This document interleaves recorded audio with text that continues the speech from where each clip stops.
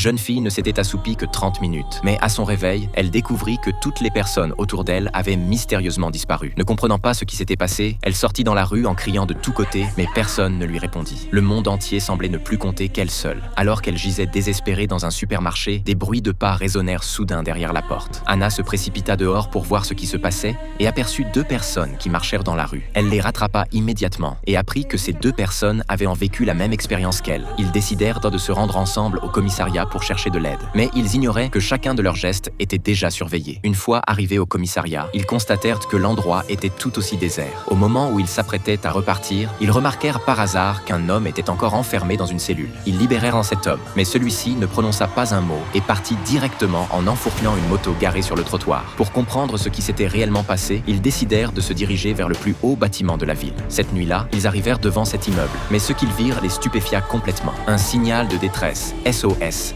apparaissait sur les vitres du gratte-ciel. Ils se ruèrent aussitôt dans le bâtiment, espérant y trouver d'autres survivants. Mais au moment où ils appuyèrent Anna sur le bouton de l'ascenseur pour monter, quelque chose d'étrange se produisit.